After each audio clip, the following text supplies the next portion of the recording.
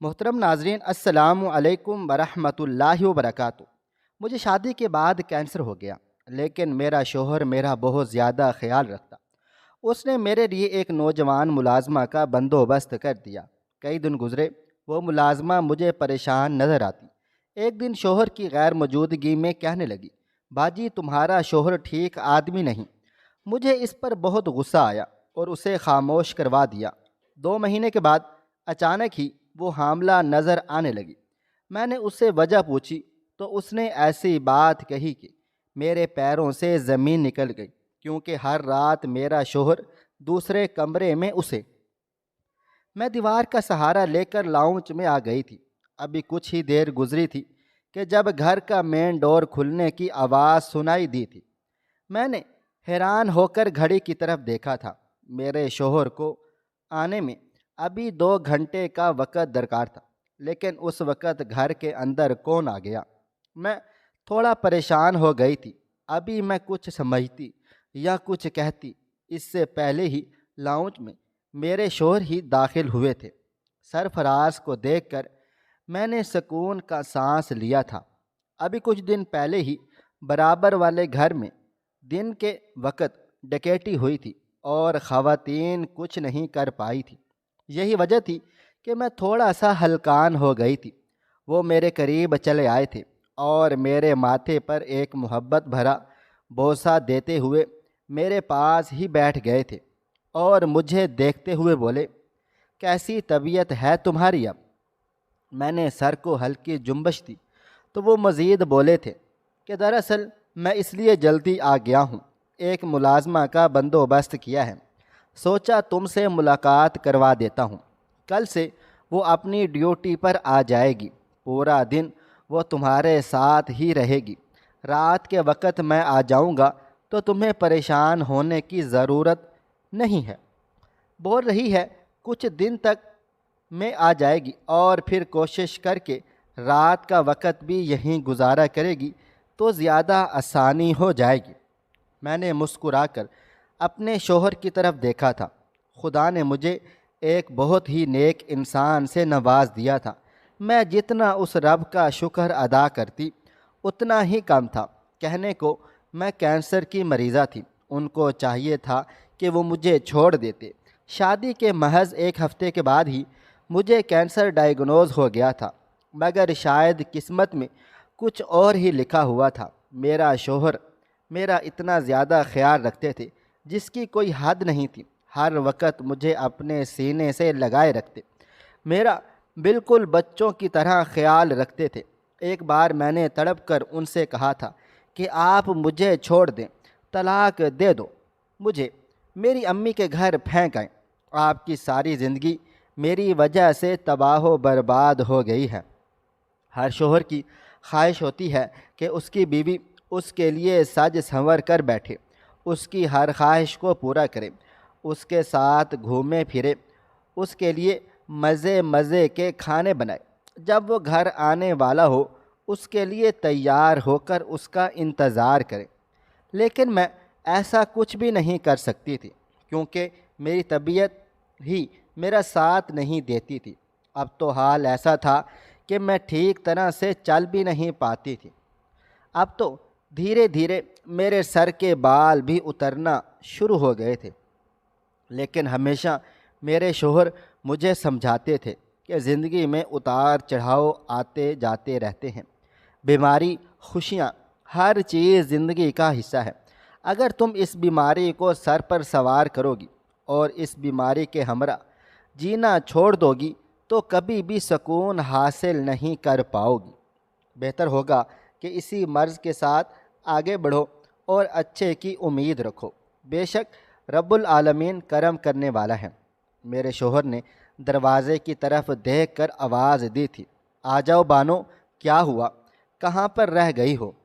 ان کے آواز دینے کی دیر تھی جب اچانک لاؤنج کا دروازہ کھلا اور ایک کامسن لڑکی اندر داخل ہوئی تھی۔ وہ دیکھنے میں کافی اچھی تھی، کپڑے بھی سلیقے سے پہن کر رکھے تھے، سر پر دوپٹہ اوڑھے وہ ہمارے سامنے آ کر کھڑی ہو گئی تھی۔ میرے شوہر میری طرف اشارہ کرتے ہوئے بولے تھے، یہ ہے میری بیوی، ان کا خیال تمہیں 24 گھنٹے رکھنا ہے۔ اگر تم نے اپنی ڈیوٹی صحیح طریقے سے نبھائی تو یاد رکھنا تمہاری سیلری میں ڈبل کر دوں گا، اور اگر مجھے اس کی طرف سے کوئی بھی شکایت ملی یا پھر انہوں نے تمہارے خلاف کوئی بھی بیان دیا تو یاد رکھنا مجھ سے برا کوئی بھی نہیں ہوگا۔ وہ لڑکی ایک دم سے سہم گئی تھی۔ میں نے اپنے شوہر کا رویہ دیکھ کر تھوڑا سا حیران ہوئی تھی۔ نہ جانے کیوں جس انداز میں میرے شوہر نے اس ملازمہ سے بات کی تھی، مجھے واضح طور پر ایسا محسوس ہوا تھا جیسے وہ اس ملازمہ کو بہت پہلے سے جانتے ہوں۔ لیکن میں نے زیادہ سوال جواب نہیں کیے تھے، اپنا سر جھٹکا تھا اور بانوں کو قریب آنے کا اشارہ کر دیا تھا۔ وہ میرے قریب آ چکی تھی۔ پاس کھڑی ہو کر اس نے دھیمی آواز میں سلام کیا تھا۔ جب میں نے اس کو دیکھتے ہوئے بولی تھی، کھانا وغیرہ بنانا آتا ہے؟ اس نے سر کو ہاں میں ہلایا تو میں نے شکر کا سانس لیا تھا کہ چلو آسانی ہو جائے گی، ورنہ آج کل کی ملازمہ بھی ایسے ہی پھواڑ ہوتی ہیں، کوئی کام کاج ڈھنگ سے نہیں آتا۔ میں دل ہی دل میں دعا کر رہی تھی کہ لڑکی کام صفائی ستھرائی سے کریں، ورنہ کوئی فائدہ بھی نہیں ہوگا۔ 2-4 باتیں پوچھنے کے بعد میں نے اپنے شوہر کو ہاں بول دی تھی۔ وہ لڑکی مجھے اب مناسب لگ رہی تھی۔ مجھے واقعہ ایک ملازمہ کی بے حد ضرورت تھی۔ جب سے میری طبیعت خراب ہو گئی تھی، گھر کے کام کاج بھی میرے شوہر کے ہی کاندھے پر چلے آئے تھے۔ باہر کا نظام سنبھالنا، مجھے دیکھنا اور پھر گھر کی ڈیوٹی بھی دینا ان کے بس کی بات نہیں تھی۔ ایک انسان ایک وقت میں 3 ذمہ داریاں نہیں نبھا سکتا، اس بات کا مجھے بہت اچھے سے خیال تھا۔ وقت دھیرے دھیرے گزرتا چلا جا رہا تھا۔ اگلی صبح وہ گھر آ چکی تھی۔ میں تھوڑا لیٹ جاگتی تھی۔ دروازہ میرے شوہر نے ہی کھولا تھا، ناشتہ وغیرہ بھی اسی نے ہی بنایا تھا۔ تقریباً کوئی 11 بجے کے قریب اس نے مجھے جگایا تو میں تھوڑا سا بیزار ہو گئی تھی۔ میں تھوڑی دیر سے جاگنے کی عادی تھی، مگر اس کے اٹھانے پر میں اٹھ کر بیٹھ گئی تھی۔ لیکن ساتھ میں نے اسے تاکید کی تھی کہ آئندہ مجھے اس طرح سے کبھی نہ جگانا۔ وہ مجھے کمر سے تھام کر بولی تھی کہ صاحب جی بول کر گئے تھے کہ میں آپ کو 11 بجے تک جگا دیا جائے، کیونکہ آپ کی میڈیسن روزانہ لیٹ ہو جاتی ہے اور ڈاکٹر نے کہا ہے کہ آپ کو میڈیسن وقت پر دینی ہے۔ وہ مجھے واش روم کے قریب چھوڑتے ہوئے مدھم آواز میں بولی تھی۔ میں نے ایک لمحے کے لیے اس کے چہرے کو دیکھا تھا۔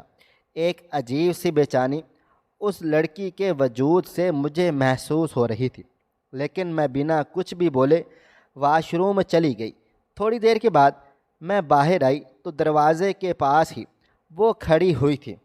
مجھے تھام کر وہ اب باہر کو لے آئی تھی۔ ناشتہ میرے سامنے رکھتے ہوئے وہ سوالیہ بولی، بیگم صاحبہ آپ کو کینسر کب ہوا تھا؟ اس کی بات سن کر میں دھیمی آواز میں بولی تھی، شادی کے بعد۔ کیوں، کیا ہو گیا؟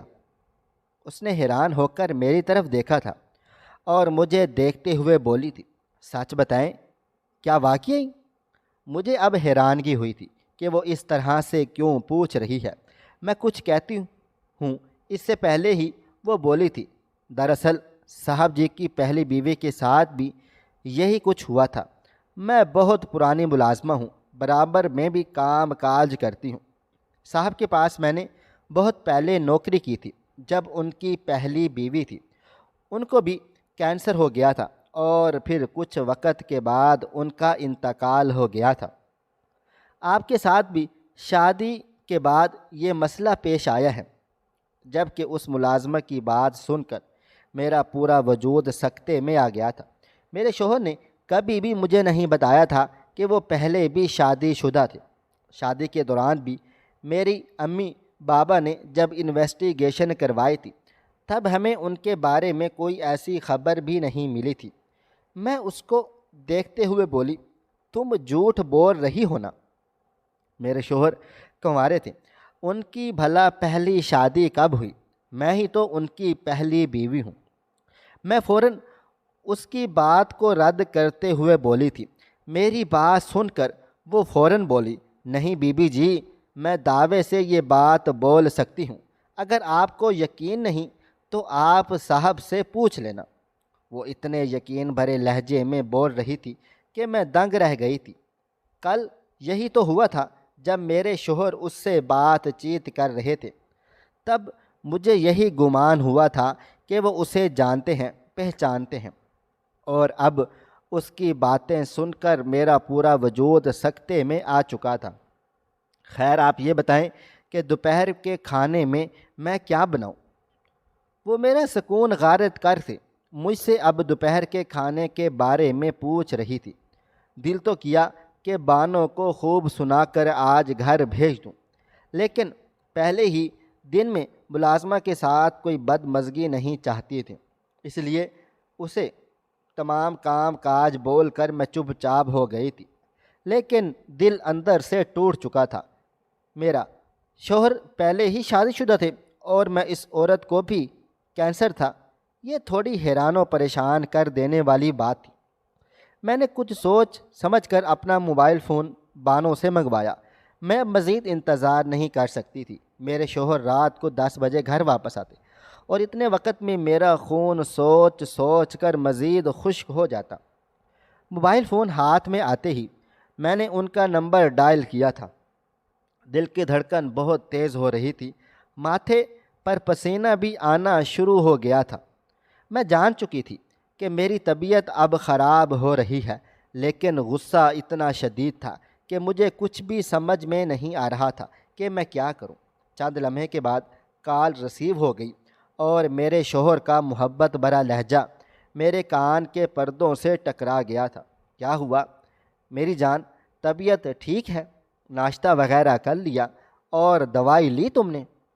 ان کی بات سن کر میں فوراً بولی تھی، سرفراز مجھے آپ سے بات کرنی ہے۔ میرا لہجہ لڑکھڑاہٹ کا شکار تھا، آواز میں لرزش کا امتزاج تھا۔ میری بات سن کر وہ حیران ہوئے تھے اور یکدم بولے، کیا تم رو رہی ہو؟ ان کا یہ کہنا تھا اور میری آنکھیں چھلک پڑی تھیں۔ میں فوراً بولی، آپ کہیں بھی ہیں، فوراً گھر کو چلے آئیں، مجھے آپ سے ابھی اور اسی وقت بات چیت کرنی ہے۔ میں سوچ بھی نہیں سکتی کہ آپ مجھے اتنا بڑا دھوکہ دیں گے۔ روتے ہوئے بولی تھی۔ میری بات سن کر میرے شوہر نے کوئی جواب نہیں دیا تھا، بلکہ فون بند ہو چکا تھا۔ میری آنکھوں سے ابھی بھی بھل بھل آنسو بہہ رہے تھے۔ انہوں نے اتنی بڑی بات مجھ سے چھپائی ہوئی تھی۔ بے شک وہ عورت مر چکی تھی، لیکن کم سے کم وہ ہمارے علم میں تو ڈالتے کہ وہ پہلے شادی شدہ تھے۔ میں جو یہی گمان کیے بیٹھی تھی کہ میرے شوہر کنوارے تھے، اب حقیقت سامنے آنے پر میرے قدموں تلے سے زمین ہی نکل گئی تھی۔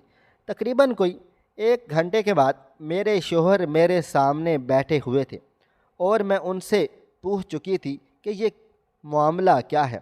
چند لمحے وہ خاموش رہے اور پھر مجھے دیکھتے ہوئے دھیمی آواز میں بولے تھے، ہاں میری والدہ نے میری شادی کروائی تھی، مگر میں اس شادی سے خوش نہیں تھا، لیکن خدا کو کچھ اور ہی منظور تھا۔ شادی کے بعد اس کو بھی کینسر ہو گیا اور محض 1 ماہ کے بعد وہ دنیا سے رخصت ہو گئی تھی۔ امی جان نے ہی مجھے منع کیا تھا کہ تم لوگوں کو پہلی شادی کا نہیں بتانا۔ تم امی جان کو بہت زیادہ پسند تھی اور مجھے بھی، میں تو تم سے محبت بھی کر کے بیٹھا تھا۔ اب ڈر یہی تھا کہ اگر تمہیں اس بارے میں علم ہو گیا تو تم انکار کر دو گی۔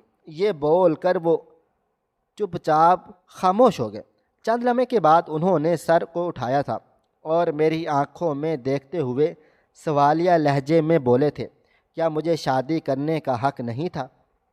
ہاں، میں نے تم سے جھوٹ بولا تھا، لیکن میں تم سے محبت کرتا تھا۔ وہ میرے قریب کو آ گئے تھے، مجھے اپنے ساتھ لگاتے ہوئے وہ اتنی محبت سے بولے تھے کہ میں خاموشی ہو گئی تھی۔ ابھی کچھ دیر پہلے میں غصے سے پاگل ہو رہی تھی، لیکن اب اپنے شوہر کی بات سن کر میں چپ چاپ خاموش ہو گئی۔ ایسا پہلی بار نہیں ہوا تھا، ایسا اکثر ہوتا تھا کہ کوئی نہ کوئی بات ضرور میرے سامنے آ جاتی، اور میرے شوہر مجھے اتنی آسانی سے راضی کر لیتے تھے۔ کئی بار تو میں دنگ رہ جاتی تھی۔ آج بھی کچھ ایسا ہی ہوا تھا۔ وقت دھیرے دھیرے گزرتا چلا جا رہا تھا اور اس بات کو ایک ہفتے کا وقت بیت گیا تھا، لیکن ایک چیز میں نے نوٹس کی تھی کہ اب ملازمہ مجھ سے کوئی بات چیت نہیں کرتی تھی، ہر وقت اپنے کام کاج میں ہی مگن رہتی تھی۔ کبھی میں اسے پکارتی تو وہ اتنی بری طرح سے ڈر جاتی تھی کہ میں خود بھی حیران و پریشان رہ جاتی کہ اسے کیا ہو گیا ہے، ورنہ شروع کے دن تو میں وہ مجھ سے اتنی فرینکلی باتیں کر رہی تھی کہ میں نے دل ہی دل میں شکر ادا کیا تھا کہ اچھا ہے میں کسی کے ساتھ گھل مل جاؤں گی۔ لیکن اب اس کا انداز دیکھ کر مجھے بے حد افسوس ہوا تھا۔ آج بھی معمول کا ہی دن تھا، میں لاؤنج میں بیٹھی اپنا موبائل فون استعمال کر رہی تھی جب اچانک ملازمہ میرے سامنے آ کر کھڑی ہو گئی تھی۔ میں نے اس کی طرف دیکھتے ہوئے سوالیہ پوچھا، کیا ہوا ہے، کوئی کام ہے؟ میرا انداز بے حد نارمل تھا۔ وہ مجھے دیکھتے ہوئے بولی، نہیں کوئی کام نہیں تھا، آپ سے ایک بات کہنی تھی۔ لہجہ لڑکھڑاہٹ کا شکار تھا، ماتھے پر پسینے کی بوندیں چمک رہی تھیں، ہاتھ کانپ رہے تھے۔ میں اب تھوڑا پریشان ہو گئی۔ اس کی حالت کو دیکھ کر میں نے فوراً اسے بیٹھنے کی ہدایت کر ڈالی تھی، جبکہ وہ سر نفی میں ہلاتے ہوئے بولی تھی، میں بہت زیادہ ہمت جمع کر کے آپ کے پاس چلی آئی ہوں۔ بیگم صاحبہ، امید کرتی ہوں کہ آپ میرا درد سمجھنے کی کوشش کریں گی اور میری مدد بھی کریں گی۔ اس کی بات سن کر میں نے بھویں اچکائیں اور اس کو دیکھتے ہوئے بولی تھی، دیکھو بانو، بہیلیاں نہ بجواؤ، جو بھی بات ہے فوراً سے کرو۔ میری طبیعت ویسے ہی ٹھیک نہیں ہے، میں مزید ہلکان نہیں ہونا چاہتی۔ میری بات سن کر وہ چند لمحے خاموش رہی تھی اور پھر ٹوٹے پھوٹے لہجے میں بولی تھی، بیگم صاحبہ، آپ کے شوہر اچھے انسان نہیں ہیں، انہوں نے میرے ساتھ… ابھی وہ اپنا جملہ مکمل کرتی، اس سے پہلے ہی میں دھاڑ کر بولی تھی، خبردار بانو، جو تمہارے منہ سے ایک لفظ بھی برآمد ہوا، اس وقت بھی تم نے میرے اور میرے شوہر کے درمیان لڑائی لگوائی تھی، اور اب بھی تمہارا یہی ارادہ لگتا ہے۔ تم کیا چاہتی ہو کہ میں تمہیں جاب سے نکال دوں اور تمہارے لیے مزید پریشانیاں بھی کھڑی کر ڈالوں؟ میری بات سن کر وہ بری طرح سے ڈر گئی تھی اور سر کو نفی میں ہلاتے ہوئے بولی تھی کہ میرا یہ مطلب ہرگز نہیں تھا، میں تو آپ کو… ابھی وہ اپنی بات مکمل کرتی، اس سے پہلے ہی میں بولی تھی کہ جاؤ اور جا کر رات کے برتن دھو، فضول کی باتیں کرنا تمہیں تو بہت آتی ہیں، کام میں ذرا تمہارا دماغ نہیں لگتا، بس بکواس کروا لو۔ میری بات سن کر وہ پوری طرح سے سہم گئی، ڈر گئی تھی اور جلدی سے کچن کی طرف چلی گئی تھی۔ میں نے غصے سے اپنا سر جھٹکا تھا، یہ لڑکی میرے ضبط کا امتحان لے رہی تھی۔ دل کیا کہ ابھی کے ابھی اپنے شوہر کو بلاؤں اور اسے 9-2-11 کر دوں۔ اس وقت بھی اس نے ایک ایسی ہی الٹی سیدھی بات کر کے مجھے میرے شوہر کے خلاف کیا تھا، اور اب بھی اس کا یہی ارادہ لگ رہا تھا۔ فی الحال میں نے خود کو قابو کر لیا تھا، غصہ میری صحت کے لیے ٹھیک نہیں تھا۔ ڈاکٹر صاحبہ نے بھی مجھے یہی سمجھایا تھا کہ غصہ آپ کو اندر سے کھوکھلا کر ڈالے گا، بہتر ہوگا کہ آپ خود کو جتنا ہو سکتا ہے خوش رکھیں، اور میں بھی اتنی اچھی ملازمہ کھونا نہیں چاہتی تھی، اس لیے خاموش ہو گئی تھی۔ لیکن اس کی حرکتیں میری سمجھ سے بالا تر تھیں، یہ لڑکی واقعی میرے ضبط کا امتحان لے رہی تھی۔ وقت دھیرے دھیرے گزرتا چلا جا رہا تھا۔ آج معمول کا دن تھا، میں لاؤنج میں بیٹھی ٹی وی دیکھ رہی تھی جب اچانک میری نگاہ بانو پر چلی گئی۔ وہ زمین پر بیٹھی پونچا لگا رہی تھی۔ میں نے اسے غور سے دیکھا تو آج وہ مجھے اور دن کی نسبت کافی کمزور لگی تھی۔ میں اس کو دیکھتے ہوئے سوالیہ بولی تھی، بانو، کیا ہوا، طبیعت ٹھیک نہیں ہوئی تمہاری؟ میری بات سن کر اس نے سر کو نفی میں ہلا دیا اور اٹھ کر کچن میں چلی گئی تھی۔ اب وہ مجھ سے بات چیت کرنا بھی پسند نہیں کرتی تھی۔ بس دو ٹوک کام کی بات کی اور پھر اپنے کام کاج میں مگن ہو گئی۔ اب وہ ہمارے گھر میں ہی رہنے لگ گئی تھی۔ میرے لیے بہت زیادہ آسانی ہو جاتی۔ صبح اٹھ کر مجھے پریشان نہیں ہونا پڑتا تھا۔ بانو ہی میرے شوہر کو ناشتہ وغیرہ کروا کر آفس بھیج دیا کرتی تھی۔ اسے اب ہمارے گھر کام کاج کرتے ہوئے 2 مہینے کا عرصہ بیت گیا تھا۔ آج میرا منتھلی چیک اپ تھا۔ مجھے اپنے شوہر کے ساتھ ڈاکٹر کے پاس جانا تھا۔ ابھی میں تیار ہو کر باہر آئی ہی تھی کہ جب اچانک سے بانو دوڑتے ہوئے کچن میں آ گئی اور اسے الٹی ہوئی تھی۔ میں حیران و پریشان ہوئی کہ اسے اچانک سے کیا ہو گیا ہے۔ میں دیواروں کا سہارا لیتے ہوئے کچن میں آ گئی اور اس کی پشت دیکھتے ہوئے سوالیہ بولی تھی، کیا ہوا بانو؟ سب کچھ ٹھیک ٹھاک تو ہے نا؟ میری بات کو سن کر اس نے ہاتھ کے اشارے سے ہاں بولا تھا اور پھر اپنا چہرہ وغیرہ صاف کر کے میری طرف دیکھتے ہوئے بولی تھی، جی بیگم صاحبہ، میں بالکل ٹھیک ٹھاک ہوں۔ اس کا چہرہ پیلا زرد ہو رہا تھا۔ دیکھنے میں بھی وہ کافی کمزور لگ رہی تھی۔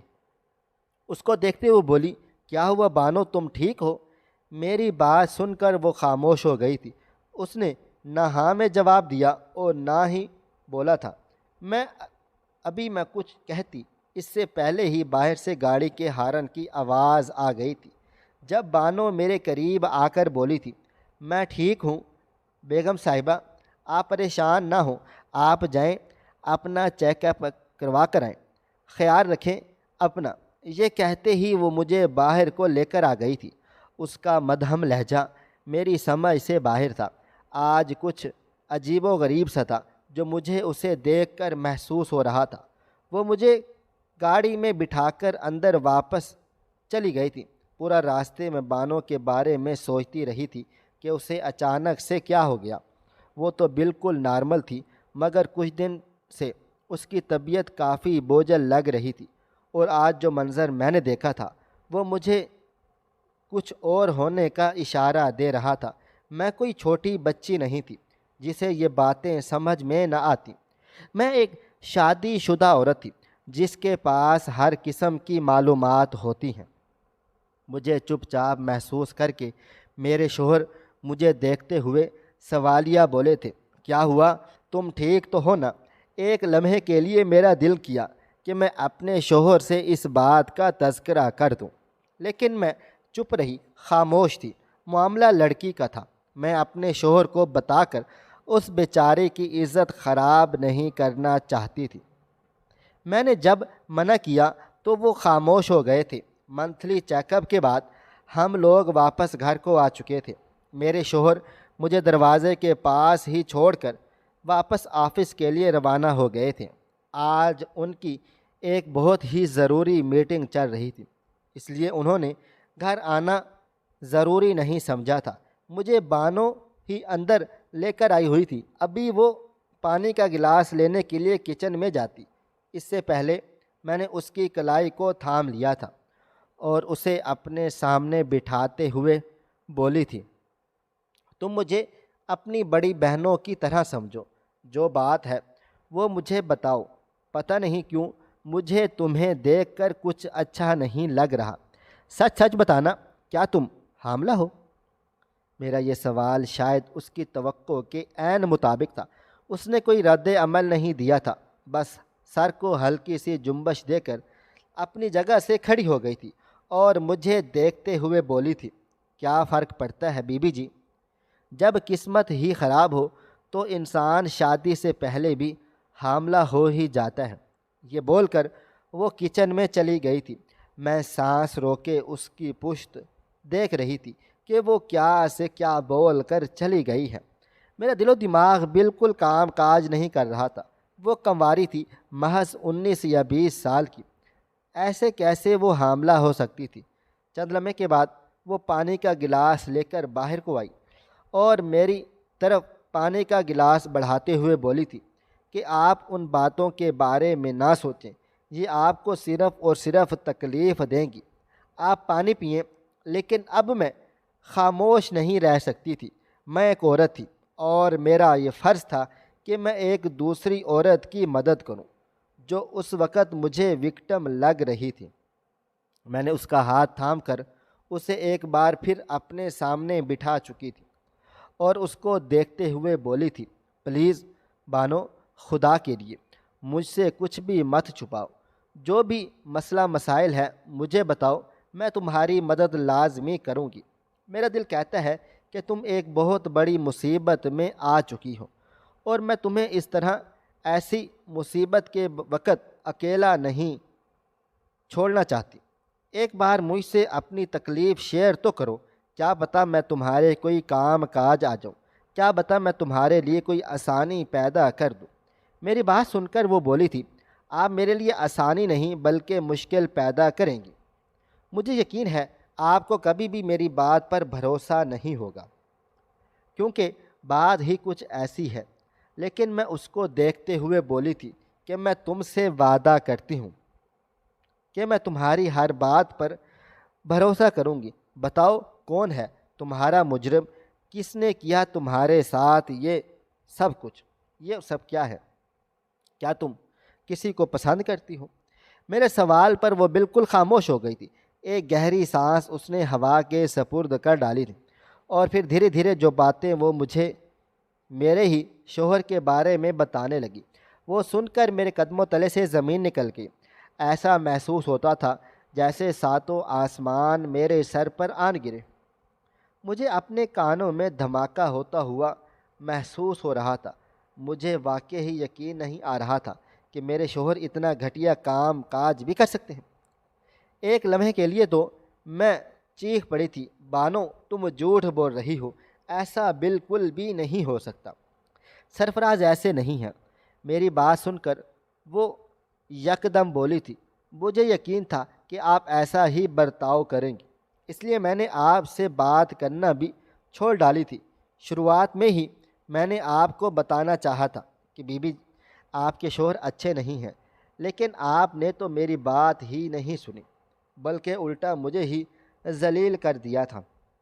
شاید کہ ہم غریب لوگوں کی قسمت ہی خراب ہوتی ہے، اگر میں اس گھر سے نوکری چھوڑ کر گئی تب بھی میری عزت ہی خراب ہوگی، اسی لیے میں مجبور ہوں آپ کے پاس کام کرنے کے لیے، ورنہ میں کب کی یہاں سے چلی جاتی۔ یہ بول کر وہ کچن میں چلی گئی تھی اور میرا دل دھڑکنا بھول گیا تھا۔ میرے ہی گھر میں، میری ہی چھت کے نیچے، میرے ہی شوہر پر اتنا گھناؤنا کام کاج کر رہا تھا۔ یہ سوچ کر میرے رونگٹے ہی کھڑے ہو گئے تھے۔ میں نے سوچ لیا تھا کہ آج سرفراز آ جائیں، میں ان سے یہ باتیں پوچھ کر ہی رہوں گی، لیکن پھر میں کچھ سوچ کر خاموش ہو گئی تھی۔ میں نے سامنے سے ان سے یہ سب باتیں پوچھی تو وہ کبھی بھی ایکسیپٹ نہیں کریں گے، ہو سکتا ہے کہ وہ مجھے نقصان بھی پہنچائیں، اس لیے میں چپ چاپ خاموش سی ہو گئی تھی۔ میں نے بیٹھے بیٹھے ہی ایک منصوبہ ترتیب دے دیا تھا۔ بے شک میری طبیعت ٹھیک نہیں تھی، لیکن میرا دل و دماغ بالکل ٹھیک طرح سے چل رہا تھا۔ اب مجھے اپنی بیماری پر بھی شک ہونے لگا تھا۔ نہ جانے کیوں دل کہتا تھا کہ کچھ تو گڑبڑ ہے، میرے شوہر ہی کسی چیز میں ملوث ہیں۔ پہلی بیوی کو بھی کینسر ہو جانا اور دوسری کو بھی کینسر ہو جانا یہ کوئی چھوٹی بات نہیں تھی، اس کے پیچھے ایک بہت بڑا لاجک ضرور تھا۔ مجھے رات کا انتظار کرنا چاہیے تھا، کیونکہ جو درندگی میرے شوہر دکھا رہے تھے وہ رات کے وقت ہی دکھاتے تھے۔ وقت دھیرے دھیرے گزرتا ہی چلا جا رہا تھا۔ ایک لمحے کے لیے میرے دل میں یہ خیال بھی پیدا ہوا تھا کہ ہو سکتا ہے میری ملازمہ میرے شوہر پر ہی غلط الزامات لگا رہی ہو، لیکن نہ جانے کیوں اس کی معصوم صورت کو دیکھ کر میرا دل بھی نہیں مان رہا تھا۔ وقت گزرا تھا اور رات کا اندھیرا اپنے پر پھیلا ہوا تھا۔ میں اپنے کمرے میں لیٹی ہوئی تھی۔ میرے شوہر آ چکے تھے، کھانا وغیرہ بھی کھا لیا تھا اور کمرے میں بیٹھے اب اپنا لیپ ٹاپ استعمال کر رہے تھے۔ میں نے ان پر یہی ظاہر کیا ہوا تھا کہ میں سو چکی ہوں۔ تقریباً کوئی 15 منٹ کے بعد انہوں نے اپنا لیپ ٹاپ بند کر دیا تھا اور اٹھ کر کمرے سے باہر کو چلے گئے تھے۔ میں جان چکی تھی کہ وہ کیا کرنے گئے ہیں۔ میں ٹھیک 10 منٹ کے بعد ہمت کر کے بستر سے نکلی تھی۔ دیواروں کا سہارا لے کر میں باہر کو چلی آئی تو میرے سوچنے کے بالکل ٹھیک مطابق دوسرے کمرے کی لائٹ جلی ہوئی تھی۔ کچن کے باہر بانو موجود نہیں تھی، یعنی اس معصوم کے ساتھ درندگی کا کھیل شروع ہو گیا تھا۔ میں بہت زیادہ ہمت کر کے دروازے کے پاس آ گئی اور اندر جھانک کر دیکھا تو میں نے ضبط سے آنکھیں میچ ڈالی تھیں۔ میں نے فوراً سے اپنا موبائل فون لیا تھا اور پولیس کو کال کر ڈالی تھی۔ میں آج انصاف کرنا چاہتی تھی۔ اگر آج میں اپنے شوہر کو بچا لیتی اور انہیں یہی کام کاج کرنے میں دیتی تو کبھی بھی اللہ کو منہ نہیں دکھا پاتی۔ میرے شوہر اپنے 4 دوستوں کے ہمراہ اس معصوم کے ساتھ غلط کاری کر رہے تھے۔ یہ کام وہ پیسوں کے لیے کیا کرتے تھے۔ ان کی پہلی بیوی بالکل صحت یاب تھی، اسے کوئی کینسر کا مرض نہیں تھا، وہ معصوم بے قصور تھی، لیکن میرے شوہر کے ساتھ اس کے دوست بھی یہی سب کچھ کرتے تھے۔ اپنے دوستوں سے پیسے لے کر اس کی عزتوں کو روند ڈالتے تھے۔ لوگوں میں یہ مشہور کر ڈالا تھا کہ وہ کینسر کی مریضہ ہیں، لیکن کچھ وقت کے بعد وہ یہ سب درد نہ سہتے ہوئے مر گئی تھی۔ انہیں مجھ سے بے لوث محبت تھی، اس میں کوئی بھی شک نہیں تھا، لیکن قدرت نے ان کے دل میں کھیل کر ڈالا ہوا تھا۔ انہوں نے کبھی کسی بیٹی کے ساتھ غلط کیا، خدا نے ان کی محبت کو کینسر جیسے مرض میں مبتلا کر ڈالا تھا، اور اب وہ بانو کے ساتھ بھی یہی سب کچھ کر رہے تھے۔ لیکن بانو کا سچ تو سامنے آ گیا تھا، کیونکہ قدرت کو میرے ہی ہاتھوں میں انہیں ایکسپوز کرنا تھا۔ تھوڑی دیر کے بعد پولیس کی وین آ گئی تھی۔ میرا کال کرنا بہت اچھا ثابت ہو گیا تھا۔ اس کے دوست گرفتار ہو گئے تھے، بانو کو رہائی مل گئی تھی اور مجھے بھی۔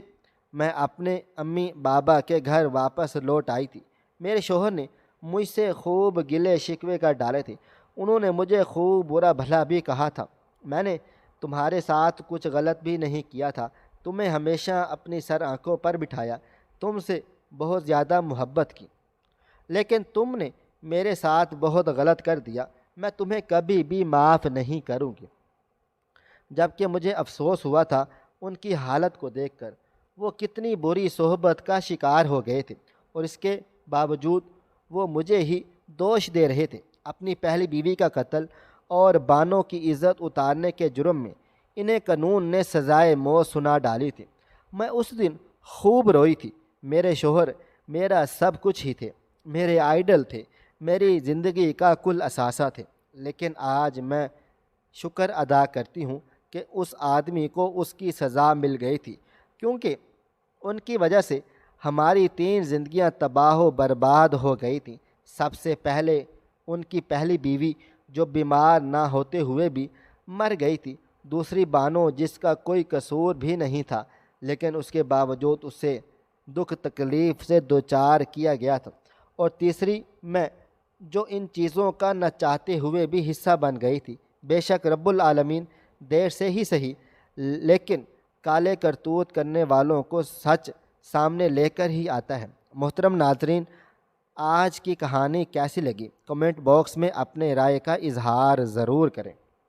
خواہش صرف اتنی ہے کہ کچھ الفاظ لکھوں جس سے کوئی گمراہی کے راستے پہ جاتے جاتے رک جائے، اور نہ بھی رکے تو سوچ میں ضرور پڑ جائے۔ پیارے دوستو، امید کرتا ہوں کہ آپ کو ہماری آج کی کہانی پسند آئی ہوگی۔